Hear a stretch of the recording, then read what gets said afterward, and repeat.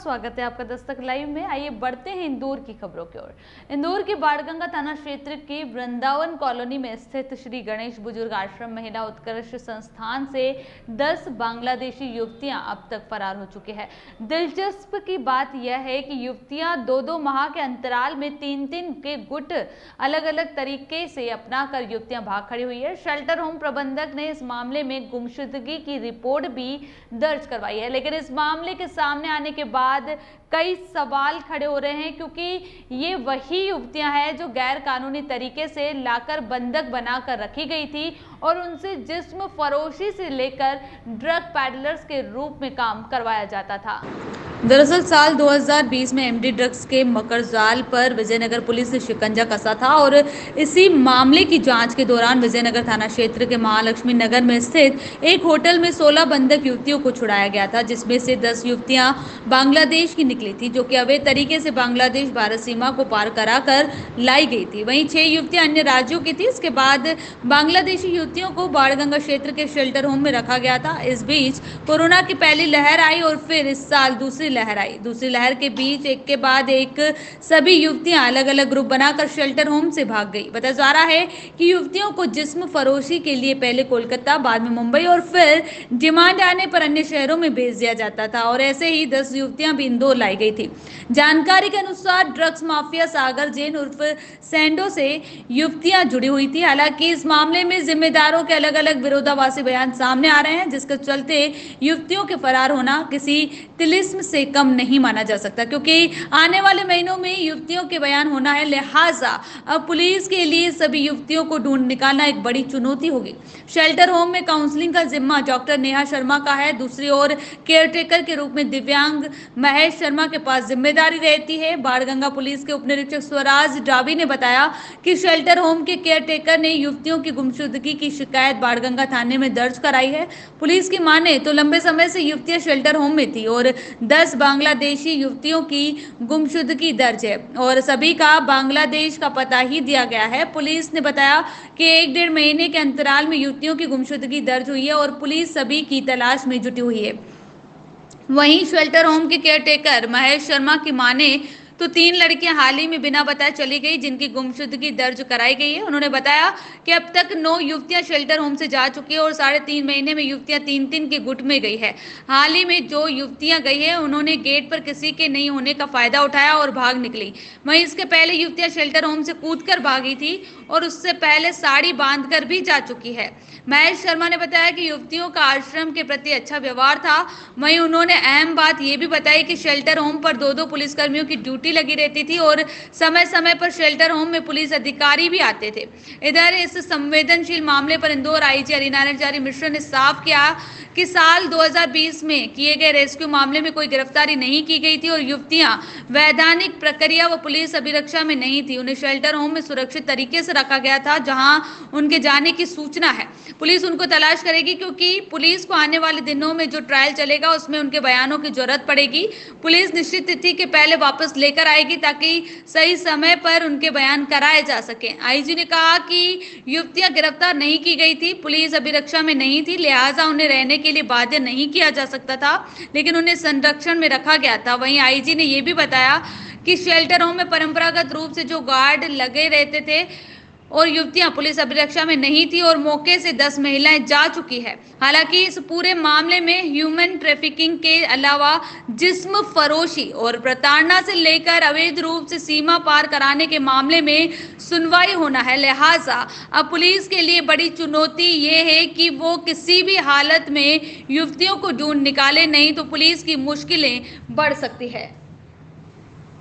उनको रेस्क्यू किया गया था, उन्हें बाणगंगा स्थित एक शेल्टर होम में रखा था, लेकिन उन्हें वो वहाँ से पार हो गई हैं। सर उसको लेकर सर किस तरह की अभी तक उस मामले में किसी तरह की कोई गिरफ्तारी नहीं की गई थी। वो उसमें पीड़ित थी और उस पूरे मामले में किसी तरह के वैधानिक निरोध में नहीं थी या पुलिस अभिरक्षा में नहीं थी। उन्हें वहाँ पे एक संरक्षण गृह में रखा गया था, जहाँ से उनके जाने की सूचना है। पुलिस उनको ढूंढेगी। पुलिस की ज़रूरत उनके बयान में पड़ेगी। आने वाले दिनों में जो ट्रायल चलेगा उसमें पुलिस को उस समय तक बयान में उनकी ज़रूरत पड़ेगी। पुलिस उन्हें उनके दिए गए जो जानकारियाँ हैं उसके आधार पर उन्हें कोशिश करेगी कि उन्हें निश्चित तिथि के पहले वापस ला करके सही समय पर उनके बयान कराए जा सके। तो कहीं ना कहीं सर आश्रम में रुके थे वहाँ उसकी लापरवाही है सर, क्योंकि इतने बड़े मामले में उनसे बयान होना है, ऐसे में कहीं ना कहीं उस आश्रम वो मामला चूँकि 4-5 महीने पुराने हैं, उसमें अभी ट्रायल शुरू नहीं हुआ है, जिसके कारण बयान निर्धारित समय पर ही हो सकते हैं। वो चूँकि गिरफ्तारी में नहीं थे, पुलिस अभिरक्षा में नहीं थे, इसलिए उन्हें रहने के लिए बाध्य नहीं किया जा सकता, लेकिन निश्चित तौर पर उन्हें एक संरक्षण में रखा गया था। और पुलिस की कोशिश होगी कि निर्धारित अवधि में जब ट्रायल शुरू हो उसके पूर्व उनको ला करके और उनके बयान समय पर कराए जा सकें, ताकि बेहतर ढंग से आगे ट्रायल की प्रक्रिया पूरी हो सके। दो थाने की पुलिस भी लगी हुई थी उनकी सुरक्षा के अंदर, वो इनके बीच से निकल रही है। वहाँ पे मुख्य तौर पे जो समय पर जो गार्ड लगते हैं जो परंपरागत तौर पे वहीं थे, अलग से उसमें उन्हें पुलिस अभिरक्षा में वो वर्तमान में नहीं थी।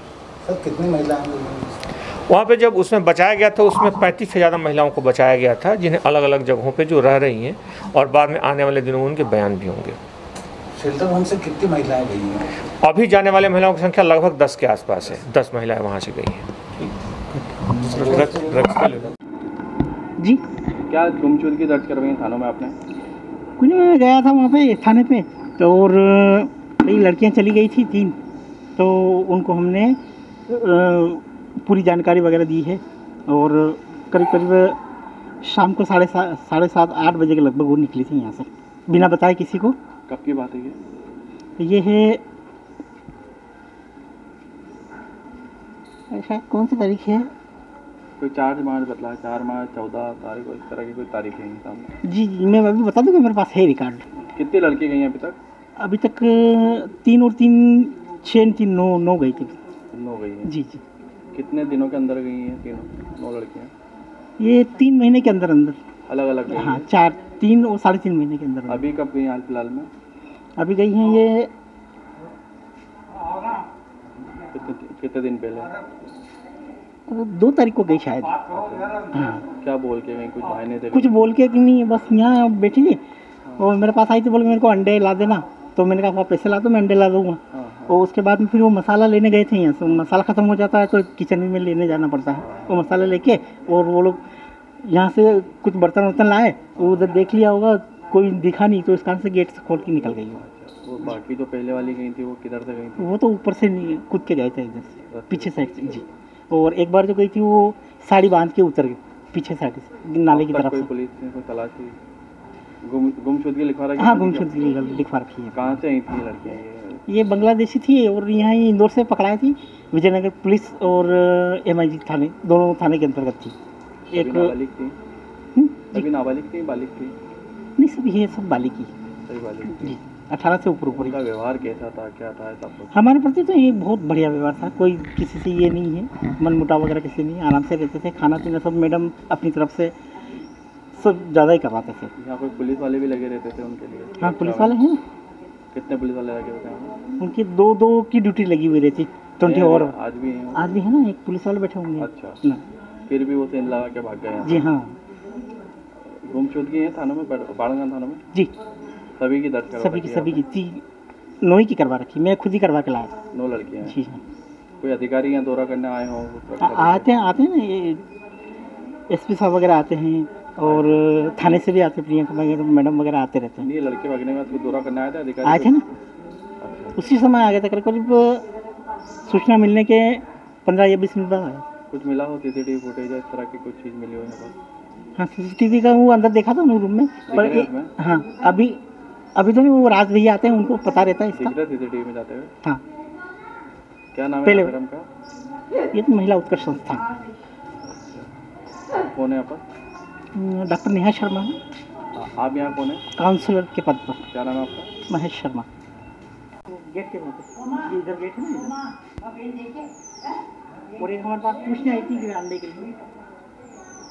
पुलिस वाले हैं यहाँ पर? हाँ, है ना। कहाँ बैठे हुए हैं? अंदर।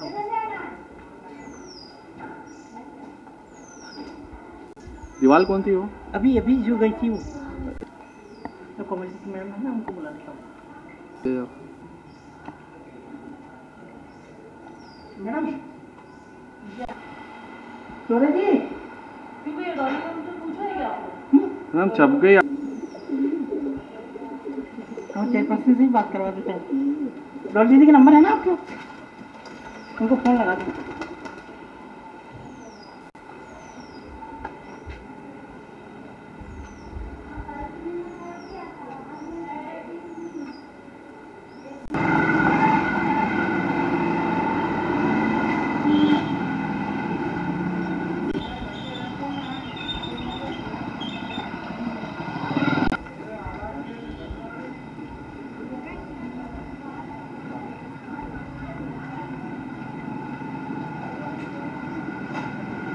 बांग्लादेशी लड़कियां अलग अलग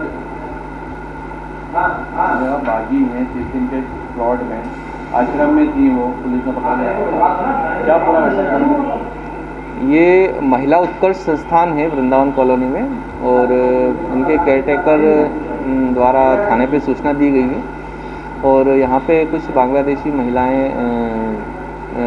रखी गई थी, और वो अलग अलग बैचेस में 2-2, 3-3 करके गई हैं। इनकी गुमशुदगी थाना बाणगंगा पे दर्ज है और उनकी तलाश कर रहे हैं।